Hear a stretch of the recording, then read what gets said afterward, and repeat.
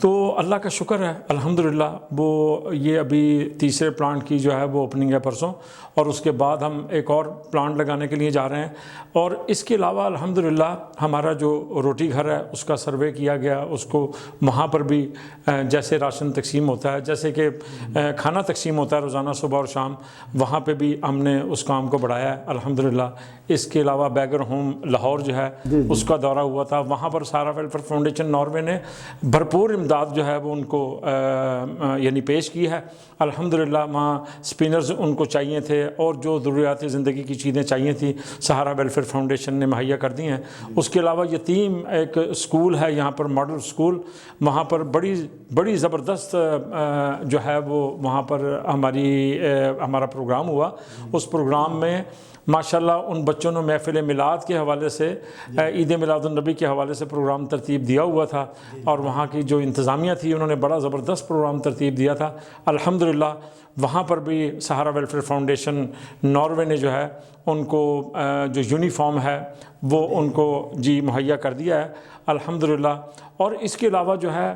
بے شمار اور بہت ساری چیزیں، شادیوں کے منصوبے چل رہے ہیں، 4 شادیاں ہو رہی ہیں الحمدللہ. اور اس کے لیے کام ہو رہا ہے. یہ اتنا سارا دیکھیں نا، مطلب ایک واٹر فلٹریشن پلانٹ ہی بہت بڑا کام ہے، جو کہ کسی ایک علاقے میں اس کی تنصیب ہونا، اس پہ ایک اخراجات ہیں، اس کے اوپر ایک ٹائم مطلب لگتا ہے. اس کے ساتھ آپ بیگر روم میں جا رہے ہیں، آپ معذوروں کے اداروں میں جا رہے ہیں، آپ ایجوکیشن کے حوالے سے جا رہے ہیں، پھر ابھی آپ نے فرمایا آپ شادیوں کے لیے بھی جو ہے نا وہ کوئی فنڈ کر رہے ہیں. یہ ساری چیزیں آپ کس طرح سے مینیج کر لیتے ہیں؟ یہ آفاقی صاحب دیکھیں، جب انسان نیت کرتا ہے نا اور اللہ کی بارگاہ میں دعا کرتا ہے اور نیک نیتی کا صلہ اللہ پاک دے دیتے ہیں الحمدللہ کہ اللہ تعالیٰ وہ وقت فراہم کر دیتے ہیں، اللہ تعالیٰ وہ سہولتیں فراہم کر دیتے ہیں، اللہ تعالیٰ وہ آسانیاں فراہم کر دیتے ہیں جو ہم نے دکھی انسانیت کو جو ہے وہ پہنچانی ہے. آپ کی دعاؤں سے ویل چیئر اسکیم جو ہے دوبارہ ہم بحالیہ معذورہ میں ابھی 3-4 روز کے بعد جو ہے وہ ویل چیئر کا پورا ہم پروگرام ترتیب دیا ہوا ہے. اس میں ویل چیئرز جو ہے وہ ہم تقسیم کرنے والے ہیں معذور بچوں کو. اور اس کے علاوہ جو ہے الحمدللہ کہ ہمارا جو ٹرانسجنڈرز ہیں ان کے لیے ہمارا پروگرام شروع ہونے والا، بے روزگار اسکیم جو ہے وہ شروع ہونے والی ہے. یہ جب انسان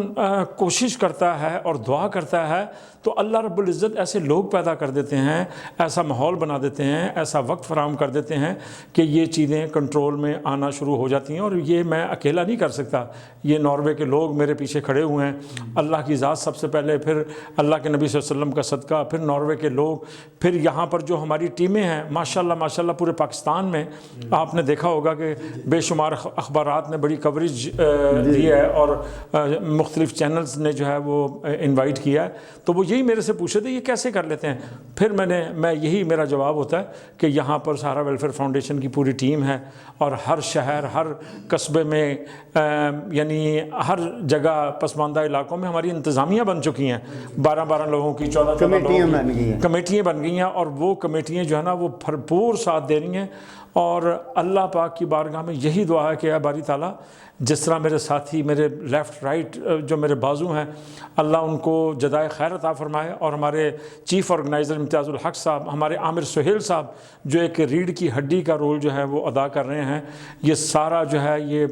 میڈیا سے رابطوں میں رہنا، یہ سب ہر آدمی کی الگ الگ ڈیوٹی ہے. اور پھر ہم جب اپنی ڈیوٹی نبھا رہے ہیں تو اس کا آپ رزلٹ بھی دیکھ رہے ہیں. ایک اور بات بتائیے، بڑا مطلب میرے ایسے ذہن میں آ رہا ہے کہ چلیں باہر تو ناروے، دوسرے ملکوں کے لوگ، پاکستانی جو ہیں وہاں رہ رہے ہیں، ان کا تو بہت دل جو ہے نا پاکستان کے ساتھ دھڑکتا ہے اور ان کی خواہش کوشش ہوتی ہے کہ ہم پاکستان کے لیے کچھ کریں.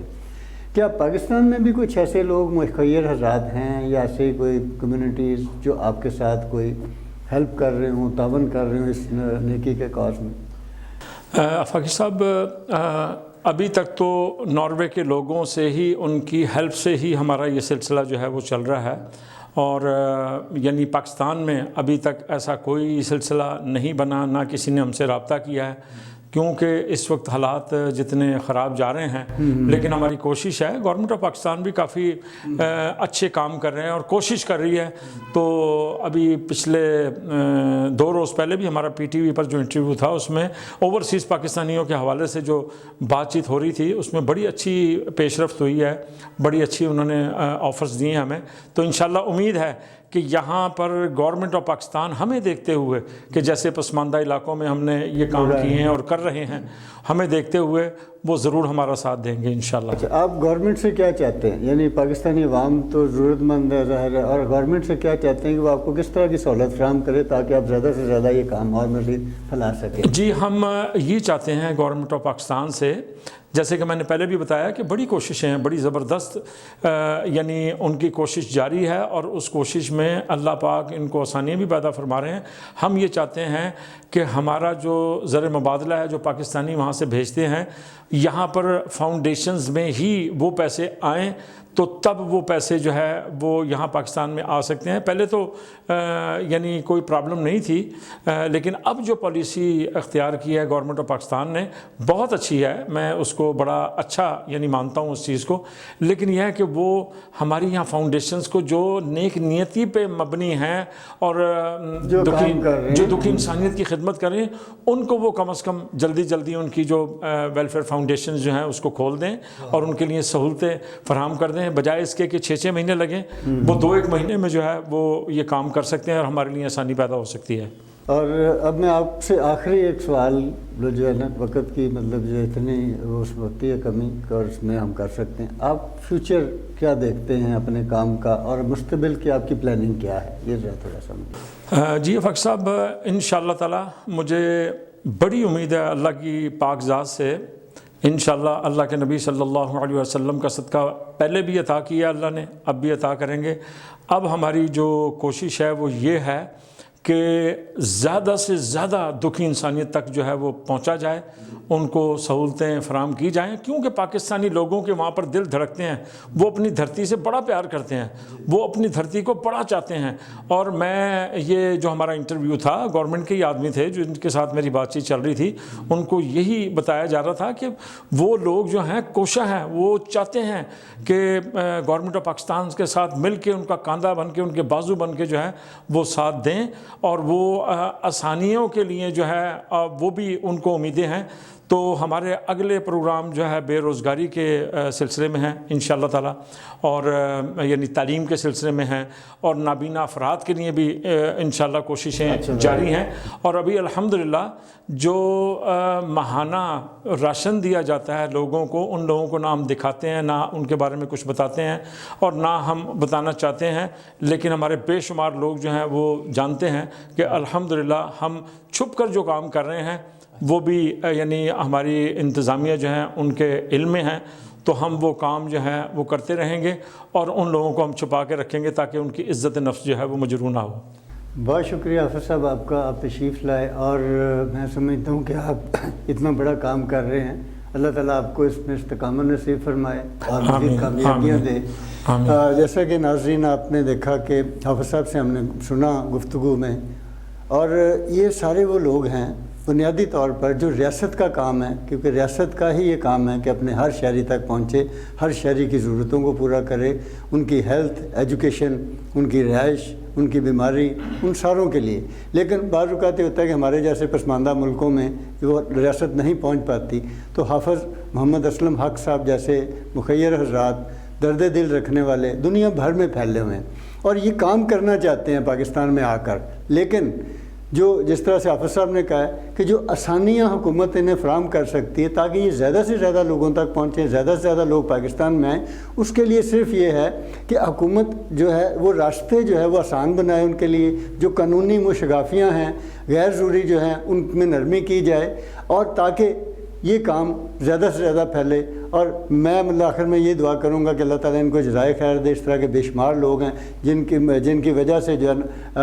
وہ یہ ملک کے بے شمار لوگوں کا جو ہے وہ کام ہو رہا ہے۔ حافظ صاحب شاید کچھ ایک بات اور کرنا چاہیں؟ جی افق صاحب، میں آپ کے چینل کے توسط سے اپنے بچوں کو جو ہے وہ ان کو میں یعنی مخاطب ہونا چاہ رہا تھا۔ بہت شکریہ آپ نے موقع دیا کہ میرے جو دونوں بیٹے ہیں، میری بیٹی ہیں، میری وائف ہیں، میں ان کو یہ پیغام دینا چاہتا ہوں کہ آپ بالکل اطمینان رکھیں، اللہ کے فضل و کرم سے آپ دیکھیں میں اور آفاقی صاحب یہاں پر دیکھیں تندرست و توانا بیٹھا ہوا میں انٹرویو دے رہا ہوں، میں بالکل ٹھیک ہوں، آپ نے بالکل کسی طرح کی بھی کوئی فکر نہیں کرنی، اور اللہ کا شکر ہے کہ میں کورونا سے جو اللہ مجھے بچا رہے ہیں، میں صبح اور شام کی اللہ کے نبی صلی اللہ علیہ وسلم کی دعائیں پڑھتا ہوں الحمدللہ، اور پھر اللہ کے سپرد کرتا ہوں اپنے آپ کو، سینیٹائزر بھی میرے پاس ہے، ماسک بھی میرے پاس ہے، اور میں آپ کے چینل کے توسط سے پہلی بار میری وائف جو ہے ان کو میں باہر ہوں اور 4 مہینے ان سے دور ہوں اپنے بچوں سے، تو ان کو میں سالگرہ کی مبارکباد دینا چاہتا ہوں، تو میں اپنی وائف کے لیے آپ کو سالگرہ کی بہت بہت مبارک ہو۔ السلام علیکم۔ بہت شکریہ مطلب ناظرین، آپ نے پروگرام دیکھا، آپ سٹی نیوز 7 کو سبسکرائب کیجئے اور ہمارے ساتھ رہیے، اور ہم آپ کو اچھے سے اچھے لوگوں کے ساتھ ملائیں اور مزید پروگرام لے کر آئیں۔ بہت شکریہ۔